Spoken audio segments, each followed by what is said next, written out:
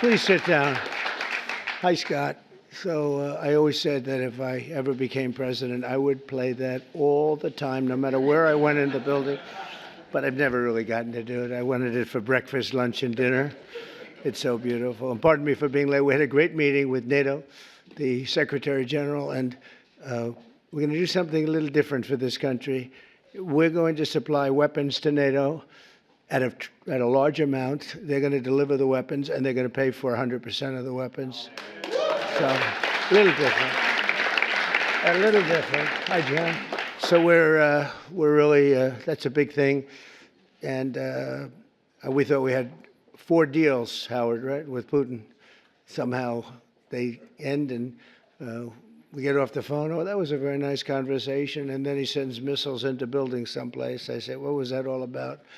So anyway, so we're going to be doing that with NATO, and it's fully approved, fully done. We'll send them a lot of weapons of all kinds, and they're going to deliver those weapons immediately to the site of the war, different sites of the war, and they're going to pay for 100% of them. This all was made possible by going from 2 to 5% a month ago when I went there. So, yeah. And those countries, those European countries, and I said, look, we have an ocean. It's not fair that we did, because under the Biden administration, we paid about 3.5 times more than they did. We were in for $350 billion. Got nothing for it. We were in for 350, and they were in for 100. So, which really meant one thing, because you have great business leaders here. It meant very simply that they were better negotiators than our president was. But so this is a very important thing, and hopefully that will come to an end. At the end of 50 days, if we don't have a deal, then we're going to have to do, we have no choice but to do secondary tariffs. You call it secondary tariffs, which are pretty tough, which we don't want to have to do. But let's see what happens. But we thought we had a deal. Numerous times I'd get home, I'd say, First Lady, I had the most wonderful talk with Vladimir. I think we're finished. And then I'll turn on the television, or she'll say to me one time, wow, that's strange, because they just bombed a nursing home. I said, what? So we don't like that. But I want to thank you all for being here, and welcome to the first ever White House Summit of Faith and Business Leaders. You're really some of the greatest business leaders in the country. When I looked at some of the names, I said, whoa, that's big stuff we have here today. In fact, before I was president, I would have been very intimidated, but now I'm president, so I don't have to be. But today we celebrate the core values that built this country: and freedom, hard work, risk-taking, and above all, trust in Almighty God. You're very much into God in this room, and that's very nice. You're business leaders who believe strongly. We have some business leaders that don't believe strongly, and somehow you and I don't like them as much. But I want to thank Pastor Paula White. She's been my friend for a long time. And John for convening this incredible group. You know, her husband's one of the most talented musicians in the world. Stand up, John. Stand up. Okay? I stole a couple of his songs for the rallies, and he never sued me, so I was very happy. But we all come from the same place, right? So it was great, and we appreciate it, John. Thanks as well to Treasury Secretary Scott Bessent, who's doing a fantastic job. He goes on television and he calms the market. I go on television, I rile the market. And I say, we better send him in there, Howard, right? And the market's become so calm and nice. So you're doing a good job, Scott. Thank you very much. You make any deals today? We got a lot of them, boy, I tell you. We have. But the best deal is just sending out the paper. You know, they keep saying, well, he hasn't made the deal. Well, we made a number of deals. But why isn't he doing deals? Because the paper is better than any deal we can make. Do you understand? The people in this, Kevin, they asked you that question this morning. You were great this morning. But they said, well, when is he going to start making deals? And the next time we could say, just, no, every time he sends out a document that you have to pay 35% or 25% or 50%, or in one case, 100%. those deals, you can't beat those deals, but we're still willing to talk. And they all, literally every country wants to make a deal. We're in a good position. You would call it a position of strength. I don't talk that way because I'm a politician now, unfortunately. And I don't want to talk about strength. I just want to say we have to be treated fairly, because we were ripped off on trade and the military for, we protected other nations. Nobody paid us. Nobody did anything for us. Nobody helped us. And that's much different. NATO is a much different situation now. When I got in, I believe we were paying for 100% of NATO. And now they're paying, they went from 2%, but they were paying 1%. To 5% that they're paying. It's a big difference. It's about $1 trillion difference. And they're wealthy, for the most part, wealthy countries. And some of them they're among the most powerful, among the wealthiest countries in the world. So they're going to start paying, and they want to pay. And we had a great meeting about 1 month ago. That set the stage for what happened here. But it's very important. So I want to thank Scott for being here. I want to thank Commerce Secretary Howard Lutnick. You are doing a good job, Howard. Am I right when I say I really don't want deals? I just want the paper to get sent? Right? It's true. I don't know if this is on television. Yeah, it's always on television. SBA administrator and a great person, cabinet member, a friend of mine for a long time, Kelly Loeffler. Kelly, you're doing great. She's small business, right? She only does small business, but when you add it all up, it's the biggest bank in the world by a factor of about 10, right? She's doing a great job. And director of the White House Faith Office, Jenny Korn, who's also amazing. Thanks, Jenny. From the earliest days of our republic, the steady compass of faith has guided the strong hands of American workers, builders, and entrepreneurs like really no other. Our country was founded by pilgrims and believers, and every generation since, Americans of faith have built our communities and forged new industries and enriched our country by millions and millions of people and ways. John D. Rockefeller, J.C. Penney, Charles Goodyear, Truett Cathy, and frankly, we have people I could name right in this room sitting here that their names are every bit as big as that. They were inspired by their love of God, and now the proud tradition continues with all of you.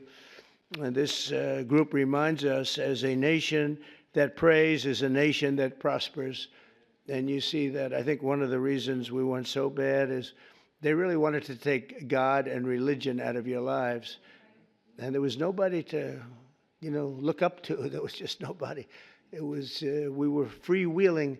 And we can't freewheel. Now we have to bring religion back into the country, and we're starting to do that, I think, at a very high level, Paula, a very, very high level. You see churches are starting to fill up again. Under the Trump administration, America is prospering, and America is winning like never before. Our country is back. So I was in Qatar, Saudi Arabia, UAE, and then a month ago we were in Europe with all of the NATO countries, European countries, and plus Canada. And almost everyone said almost the exact same words. They said, 1 year ago, your country was dead. Terrible term, but that's what it is. Your country was dead. We thought it was finished. And now you've got the hottest country anywhere in the world. It's true. Is the hottest country. Did you see they found $25 billion of essentially profits last night? They said, where did it come from? It came from management, but it came from tariffs. And it came from, good business skill. And I've always made money. Now I'm making it for you people.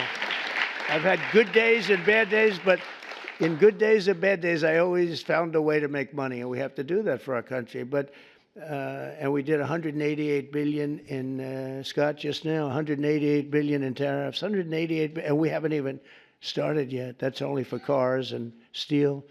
We actually have barely started. The economy is roaring, business confidence is soaring, incomes are up, prices are down, and inflation is dead. It's dead. We have a bad Fed chairman, really bad. if he would lower the rates, and I tried being nice to the guy, it doesn't help. He's like a knucklehead. No, he's a knucklehead. A stupid guy. He really is. You know, each point, think of this, each point costs us $360 billion. Billion. 1 point, $360 billion. 2 points, you got 600, $700 billion. And we're way high. We're at 450 or 425? 450? And how do you go borrow money at 1% when the Fed has you at 450? And, you know, it's not that easy. I get angry at them. Why are we paying so much? You know, because he's got you up at this number. And we should always be the lowest. Now that we're doing great, we have no inflation. Think of it. Our stock market hit record highs. Everything's hitting a record high. We're really running good with no inflation. And we should be at 1%. We should be less than 1%. I think Switzerland is the lowest at like 0.5%. We should be lower because without us, there's no world. I don't want to sound overly aggressive, but without us, you have no world. And we've put our country on solid footing. We had a man as president who was the worst administration, worst president in the history of our country. We've had some bad ones, but he's the worst ever. What he did at our border can never be forgotten. 25 million people allowed to pour into our country, all unchecked, unvetted, murderers, gang leaders, gangsters, people that you don't want in our country under any means, terrorists. We have many terrorists in our country, and we're watching them close. Tom Homan, by the way, is doing a phenomenal job. Christine Noem is doing a phenomenal job. We had last week, it was reported, nobody, not one, even I don't know if I believe that number, but the numbers are done by liberals. So they said, did you know that? They said we had nobody, zero, cross our border. It's the first time that ever happened. Zero. Did you hear that? It's like crazy. But we have people from mental institutions, insane asylums even. That's a mental institution on steroids, essentially. But we had people coming into our country. We can't have them. And we have to get them out. But we can never forgive this administration, this past. And I'm okay with administrations. I mean, I can go through a Democrat administration, say, hey, look, they worked hard, they tried hard. But the things that they did to this country, we can never, ever forget it. From the rigged elections to the border, to the transgender for everybody, from men playing in women's sport. Do you ever take a look at some of these records? There was a long-distance race, a marathon, where they had a great female runner, a number of them, but they had one in particular, and they had just an average male runner who had transitioned. He won the race at the end of the day by 5 hours and 14 minutes. They waited for 5 hours. The weightlifting records are better, though. The weightlifting records are better, you know, the way they took a record that hasn't been broken for 18 years. 18 years. And, you know, they'd add a quarter of an ounce on each side of the barbell. And they'd just a little tiny piece of stuff. She'd go up and she couldn't get it up. And this guy comes along. Have you lifted before? Yes, at a low level. He was a low-level lifter as a man, but transitioned. And he goes up to that thing. Bing, bing, bing, bing, bing. Could have done it all day long. Broke the record by 119 pounds. The whole thing is crazy. The swimming records are pretty good, too. You got to see that. I told the story. You had this great group of young ladies, and they grew up with each other because, you know, they sort of swam at the top level. And they were swimming, and the one girl was seriously injured. She looked left, and she saw the same girl she grew up with, Kelly, in California. Same girls, you know, that young age, they sort of rise to the top. She looked to the right, she saw the same girls, but there was this giant standing right next to her. And he had transitioned. You probably heard this. He had transitioned. And she'd never seen her before. And when the race was started, He blew by her so fast that she suffered massive windburn. They had to take her. It's true.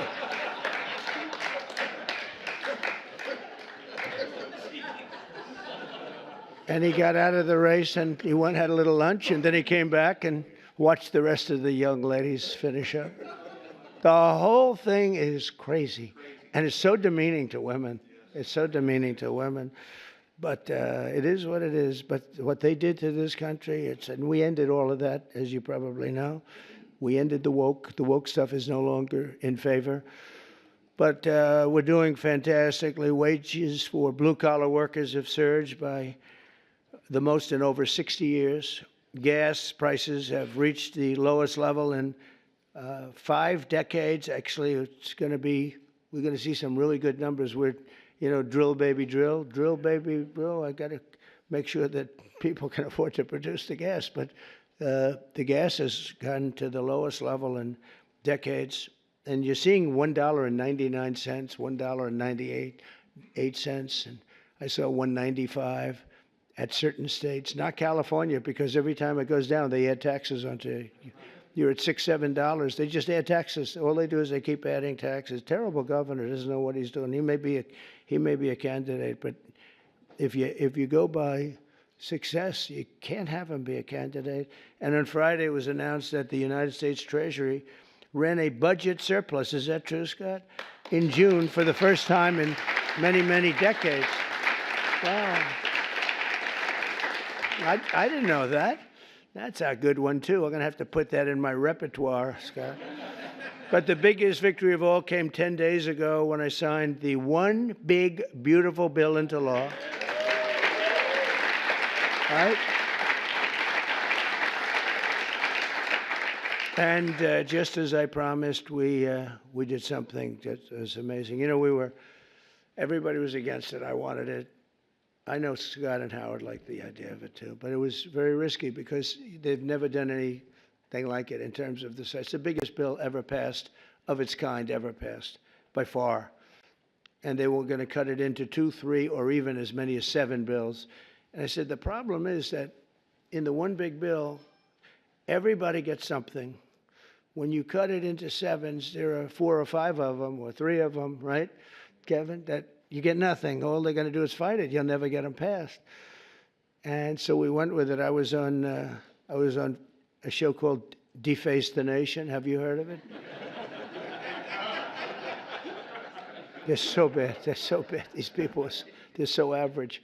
But I was on this show, Deface the Nation. Ladies and gentlemen, President Donald J. Trump on Deface the Nation. No, but they're all so bad. But we were on the show, and she said to me a question. She said, what would you call this bill? Would you want to have it called One Big Beautiful, or would you rather see it? I said, what I want is one great, big, beautiful bill. And Speaker Mike Johnson, John Thune, they were watching, and they said, what a great name for the bill. We actually ended up calling it that. We took the great out. I actually liked it even better. One great, big, beautiful. But they said, let's a little bit of a low key. But we got to pass. But we got to pass because there's something for everybody. And there are things that people don't like, but you need them for the country. You have to do some things that are great for the country, but they wouldn't necessarily get the votes. And we got the votes. Think of it, not one Democrat vote. All the goodies that we got, not one Democrat voted in either the Senate or the House. And we're talking about tax cuts and business. So many different things that are so good, right? Not one Democrat vote went with us, not one. So we had to get almost every. In the House, we got 218 to 2. Think of that, 218 to 2. Nobody could do that. It's never been done. And that says, and we have Rand Paul Jr., who's a guy we call him Rand Paul Jr. because he always votes no, a guy named Massey. Always votes no. We had another guy who I helped very, very strongly, helped him with a very personal situation, got him through it, and he voted no. I said, thank you very much, I appreciate it. And then we went to the Senate, and you had, of course, Rand Paul, who always votes no. And they call him Just Say No. I think they think it's... No, I think I got him elected. I had to go to Kentucky twice to do rallies to get him elected, twice. But they forget. A lot of politicians forget. And then we had a couple of others. Susan Collins, she's another one. Just say no. She always brutal, brutal. And we had some people. Tillis, I guess, was a no, right? He was a no. And they said he was brave. He said no to the president, but he resigned the following morning. So anyway, that was terrible, I thought. But we couldn't lose more than three. We had three that said no, and so we won that 50 to 3. So it's pretty close. And a senator came over to me and said, "I can't believe you won the House." Great guy, this senator, Eric Schmidt, who's doing a great job. He said, "I can't believe you won the House." I said, "Actually," so remember 218 to 2. We needed 3, so we could have lost 3. We actually only lost 2. I said, "No, actually, the Senate was tougher than the House of the 2." That question is asked to me, who was tougher? I'd say the Senate was tougher, actually, amazingly. It shouldn't have been.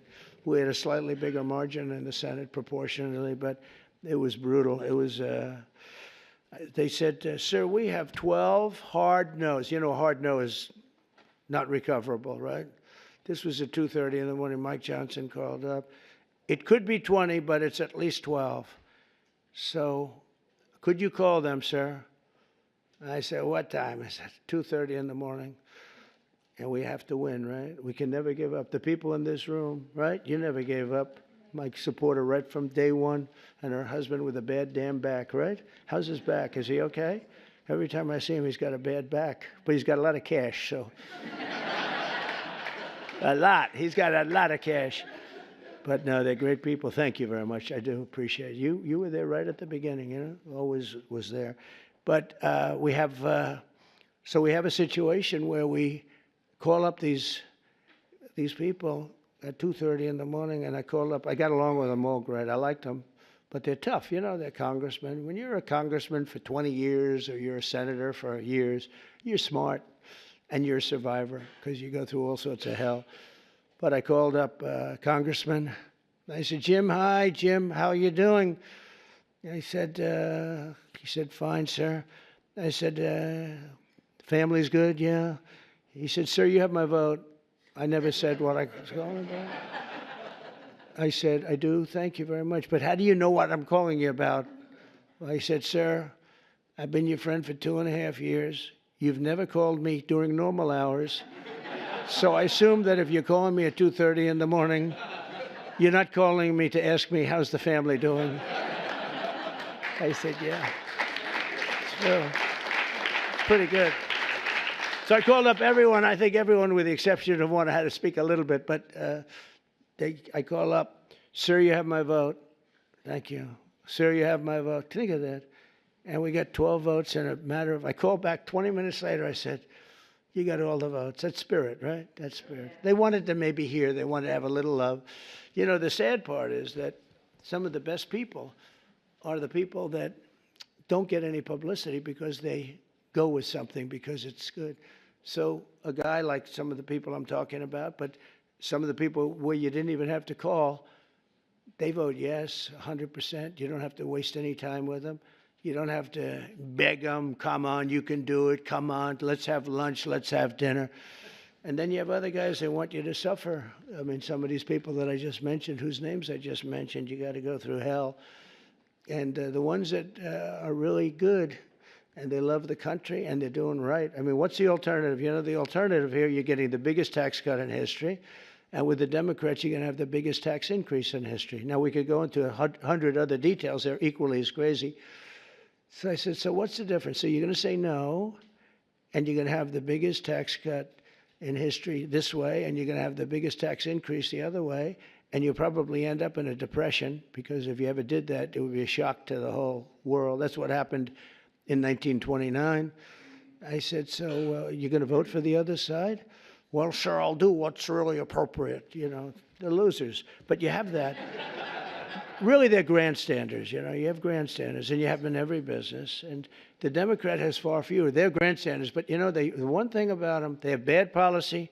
They're evil people in many ways, but they stick together. You don't have it where you don't have, I don't want to use too many names, but You don't have a Mitt Romney in the midst who makes you suffer. You don't have some of the people that I mentioned who make it so hard. They make it so hard. And the alternative is one of two things. You can either get all these things and make the economy strong, or you're going to literally have perhaps a depression where you people so rich, so beautiful, so nice to look at will be totally busted. And let's see how long your wife stays with you. You're beautiful. She'll stay with you for about 3 weeks and she'll say, darling, I can't take it anymore. I can't take it anymore, darling. I'm leaving you. I said to one guy, he's a very, very unattractive man, but he's smart and he's rich. And I said, you better hope we get this thing passed because your wife will be gone within about 2 minutes. He said, you're right.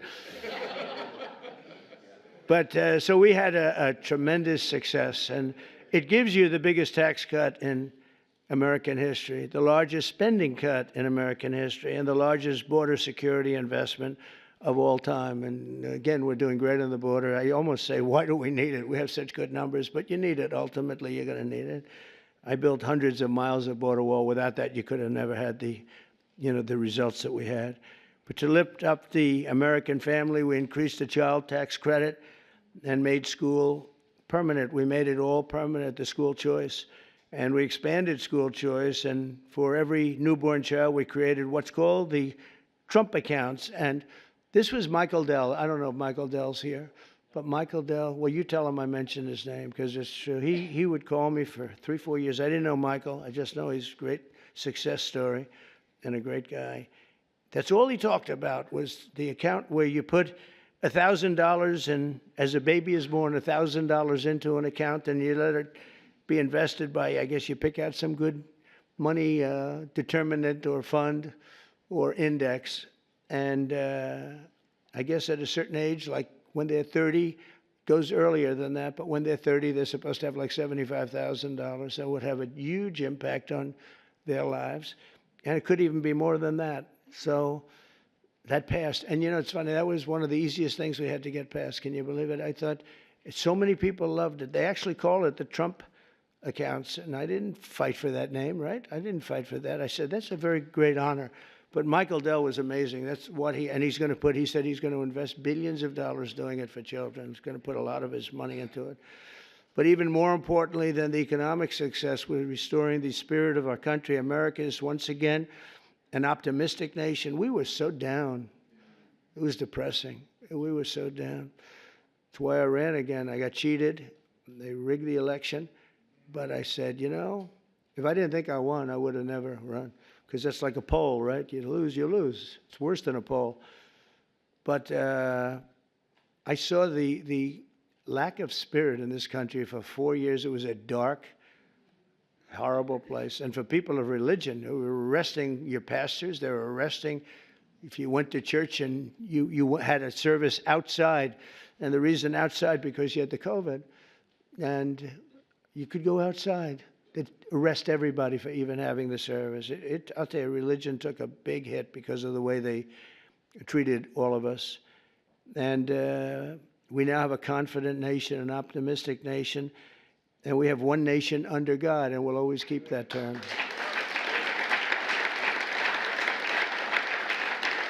And we're bringing back, very importantly, and not just evangelicals or Protestants or all religions, we're bringing them back into our country. As president, I've ended the radical left war on faith, and we're once again protecting religious freedom like never before in our country. We're protecting it like never before. We're getting rid of the Johnson Amendment that didn't let the pastors and ministers and everybody speak about politics.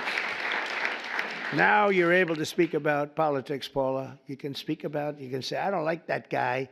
And they don't take away your tax-exempt status. They take away tax-exempt. And I'll tell you, remember when that started? It was at the meeting room before I ran, 2015, a year before the election. And I was with 50 faith leaders. They were great, very well-known people, mostly Protestant, but you had rabbis. You had an imam, 2 imams.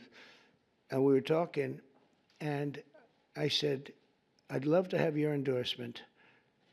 And they looked at me like, what? I'd love to have your endorsement. We have such respect for you, and your control are really very powerful. And they looked at me. They didn't say anything. You remember that? And I said, what's wrong with these people? I didn't know about the Johnson Amendment. Don't forget, I never did this stuff before. It wasn't like I ran. I was on the other side. I was on the same side as you. You write contributions to people that you like. But I never ran, so I didn't know about the Johnson Amendment. And I called Paula and Jenny aside. I said, could I ask you, when I said I'd want your support, your political support and endorsement, they looked at me very weird.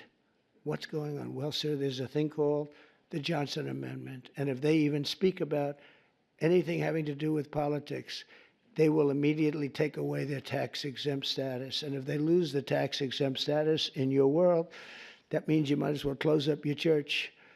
I said, you got to be kidding. So I can't really.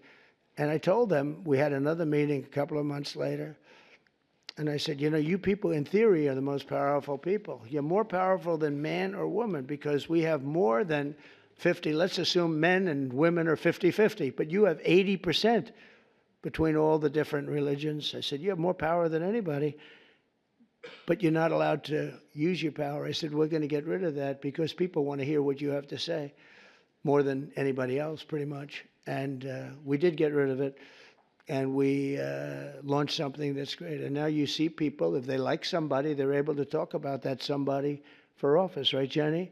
We're able to talk about a certain politician that has your values and likes your religion. It's okay. And we got rid of that. Was Lyndon Johnson, a very powerful guy, and he had a problem with a pastor, I think in Houston, and the pastor was not a fan of his, and he put the clamps on the guy. He really did. Amazing, actually. And we opened it up. I looked at him, and we're up 68 stories in the air at Trump Tower, and in this beautiful conference room. I look down, I see people walking up and down the street.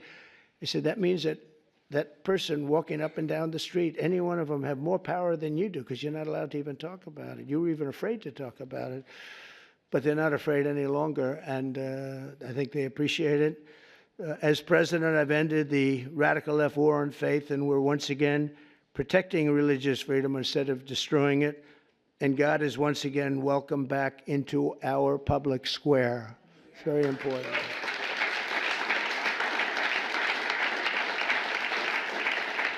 And I stopped the Biden administration's persecutions of Christians and pro-life activists. They would put people in jail if they even uttered the word. And, well, look at me. I mean, look what happened to me. I was under investigation more than the late, great Alphonse Capone. Think of it. Al Capone would kill people for dinner. If he left the room and he didn't like them, he'd have them shot, killed, buried under a building someplace as part of the foundation of a building. They're all over the place. And I said, I had more time under investigation than the legendary Alphonse Capone, or probably anybody else. But I had a lot of good people with me, and most importantly, I had the base with me at a level that it actually became stronger. The one thing I did that was very helpful, I was indicted 5 times. Think of that. Indicted. That wasn't a word that was in my father's looking down, my mother's looking down. That my son's not supposed to be indicted, I think. I got indicted 5 times, impeached 2 times. All bullshit, right? All terrible stuff. And I got impeached for making a perfect phone call. Good luck. Congratulations. I had a guy come up to me, a secretary of energy from before. Sir, could you call up, of all people, President Zelensky? And I called him. I actually held off. He must have come 10 times. Please, sir. It's because they wanted to do business or something, oil and gas. Who the hell knows what they wanted? You can imagine what they wanted, but they wanted, would you call up President Zelensky? And I did. When I finally got him, I said, congratulations on your win. He had just won. This is early in the process. Should have never been, that war should have never taken place, by the way. If the election weren't rigged, that war would never be happening right now. Millions of people being killed. That war would never be happening. But would you call up? So I say, hello, President. How are we doing? Everything good? Good. Congratulations on your big victory. Wonderful job. Great, great, great. Hang up. That's it. I get indicted for making a phone call. I told that secretary, who wasn't the smartest bulb, He wasn't Rick Perry. You don't want him on your debate team, let me put it that way. Rick, you're not going to be on my debate team, Rick. But he's the one that asked me to do it, Rick Perry. And I said, thanks, Rick. That was a wonderful suggestion. I just got indicted over your stupid call. This is what we have to put up with, right? This is what we have to do. We have to put up with things. But it's been an amazing period of time, and we've straightened out so many bad things in this country. I created a Presidential Commission on Religious Liberty and established a Department of Justice task force to eradicate anti-Christian bias, because you have a very big anti-Christian bias that you don't think about and you don't hear about it. I established the White House Faith Office to defend and represent people of all faiths, and it's located in the White House. You've never had an office. You've never had that. And Jenny and Paul are there all the time, but we have it in the White House, so people can call up and complain, or they can call up and say, you're doing a great job, whatever. But we have it actually in the White House. Nobody's ever done that. We've restored the fundamental principle that God created two genders, male and female. That was a tough one. That was a tough one. And we're defending parents' rights where the parents' rights have been taken away from them in schools. You look at some of these school boards, it's like they're brutal dictatorships, and we brought it all back. The parents have the control now, and last Monday, we effectively eliminated the infamous, as I said, Johnson Amendment, such a big deal, and various other amendments and things that really took away your free speech. That's what they've done. They've taken away free speech. I also want to recognize the incredible contribution of our great First Lady, Melania, and she says hello. And Melania did the Be Best initiative in supporting children in our foster care system. She visits a lot of children, a lot. Yesterday we went to the game, the soccer game. I don't know if you saw it in the Meadowlands. It was incredible. And she's always thinking about the children that have a hard time in helping America's young people reach their fullest potential. And it's remarkable to think that it was only 1 year ago this week that my time on earth nearly ended. And if you look at that, God was with me, because that's something that, in theory, I should not be with you today.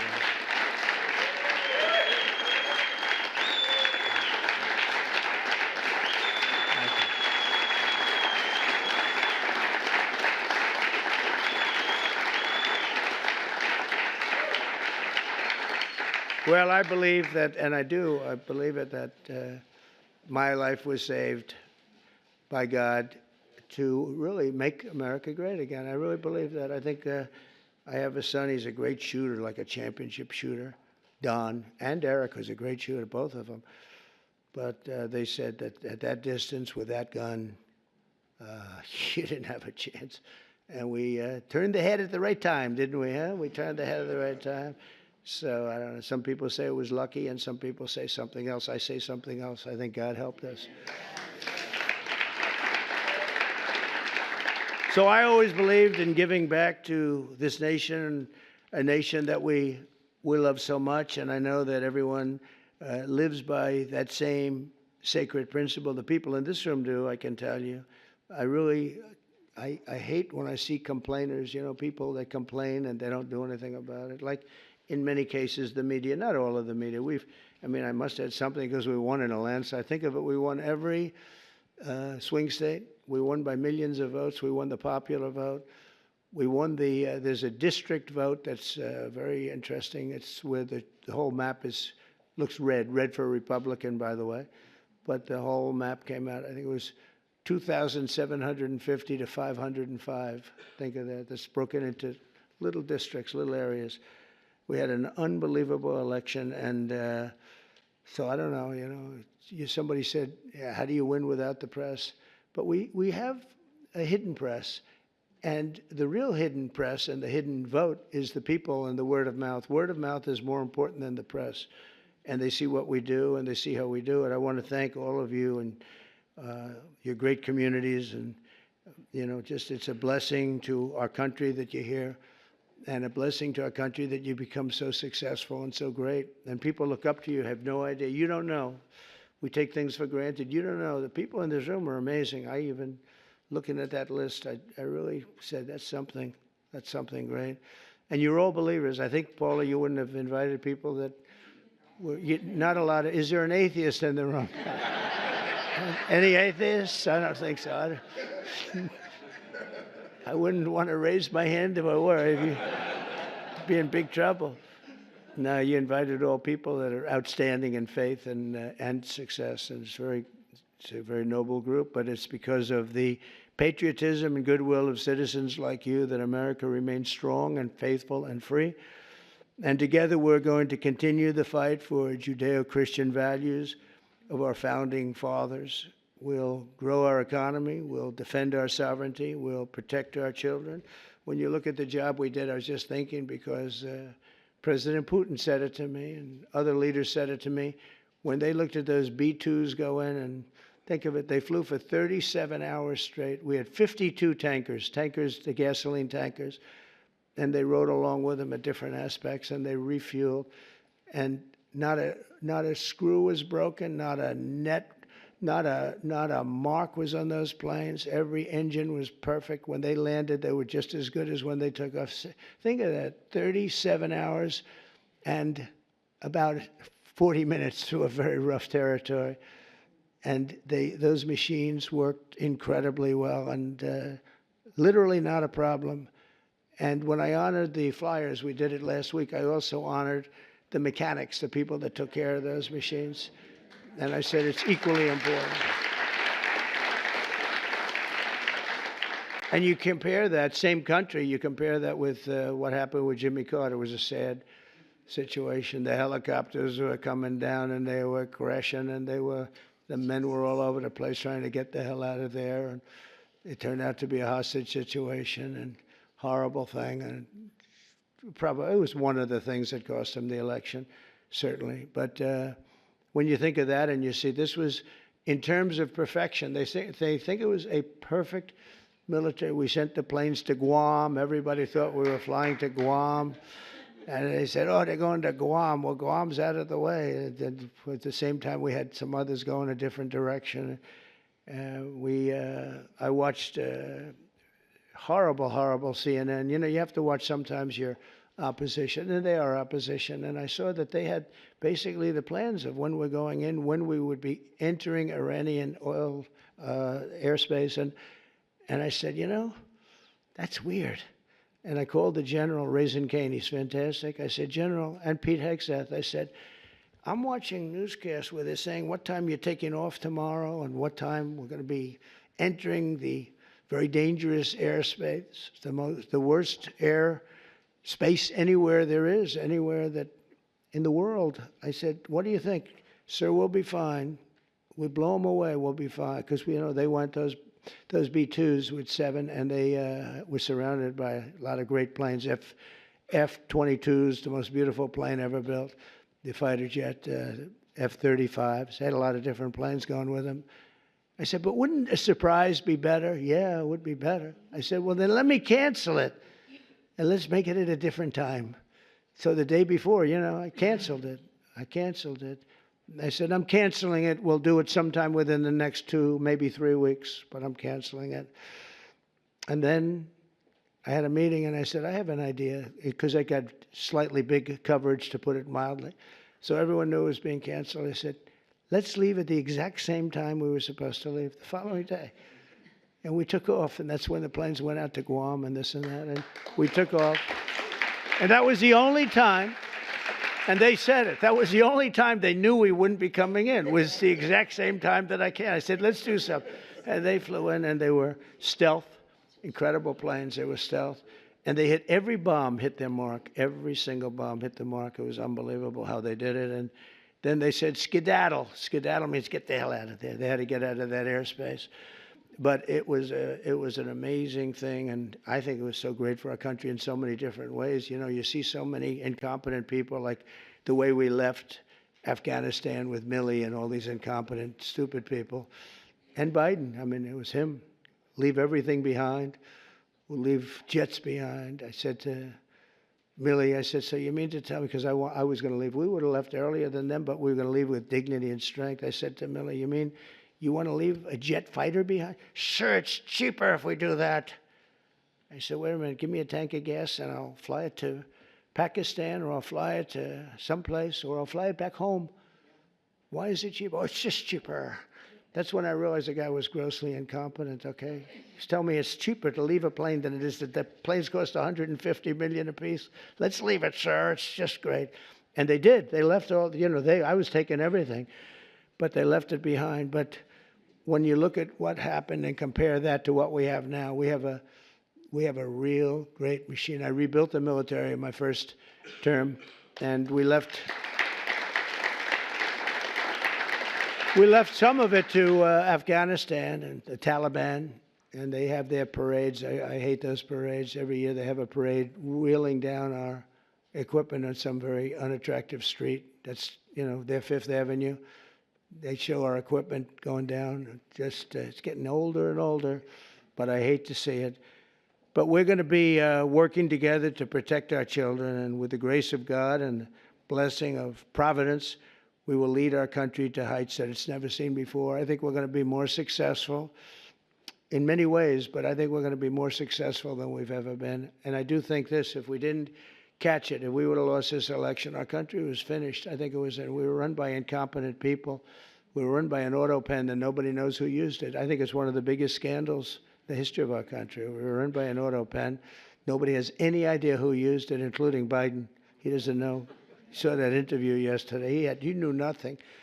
So it's a very terrible. We're against an evil group of people, and they're very smart, very smart. He's not, but they are. They took over the Oval Office. They actually took over the Oval Office.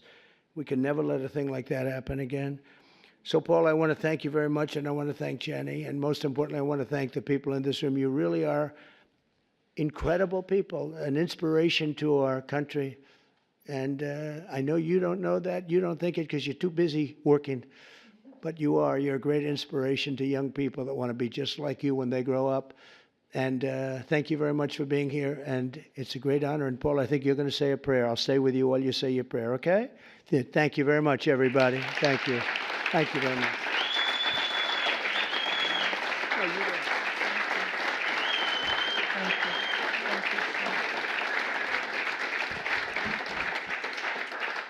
Thank you so much, Mr. President. You guys may be seated for just a moment. And he is our greatest champion of faith of any president that the United States of America has ever had.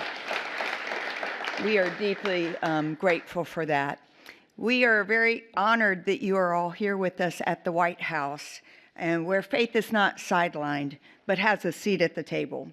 And as we gather today as leaders of industry, of vision, of faith, I believe that today is going to be very enlightened. And I'm so overwhelmed. We're getting ready to worship and pray, and to just think that prayer, worship, and doing good works is welcome back into the White House.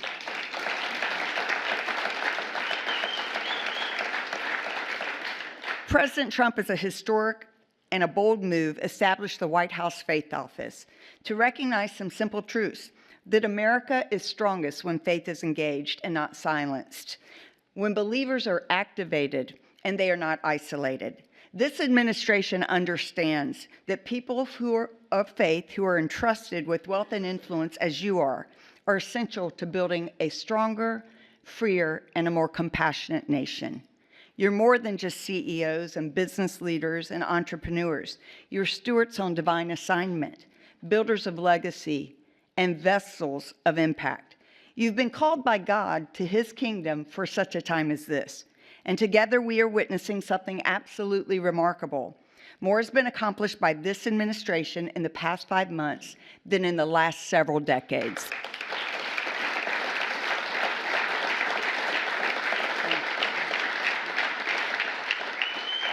And that is due to the leadership of President Trump, his administration, and the great team he has assembled. America's spiritual and moral foundations have been restored, and it's only the beginning.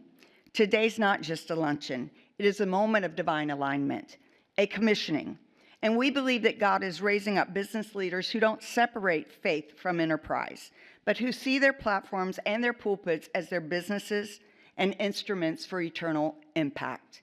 Let us pray. Heavenly Father, we come before you with great reverence and expectation. Your word declares in Isaiah chapter 43, verse 19, "Behold, I am doing a new thing. Now it springs forth. Do you not perceive it?" Lord, we do perceive it. We see the stirring of your hands, reviving hearts, reforming systems, raising up leaders at this very hour. We thank you for our great president, President Trump, for his life, his courage, his clarity, and unwavering defense of faith and freedom. May your wisdom guide him and your protection always surround him, according to your word that does not return void. In Psalm 89:21, that you say, "My hand will sustain him, and surely my arm will strengthen him." We bless every person in this room, those you've entrusted this wealth, strategy, and vision to, according to 1 Timothy 6, that you tell us, "Do not put our hope in riches, but be rich in good works, generous and ready to share." So they are your Josephs in Egypt, the wise stewards in famine. They are your Daniels in Babylon, the uncompromising voice, and your Lydia in Philippi, the ones who expanded the kingdom. Let this be more than a meeting. Let it be a movement where we come together and converge to bless communities, care for others, and reach nations, empowered by your purpose and your grace. Unite us with the common cause to use our time and talent for thy kingdom come, thy will be done in the earth as it is in heaven. In the mighty, matchless name of Jesus, we pray these things and come in agreement.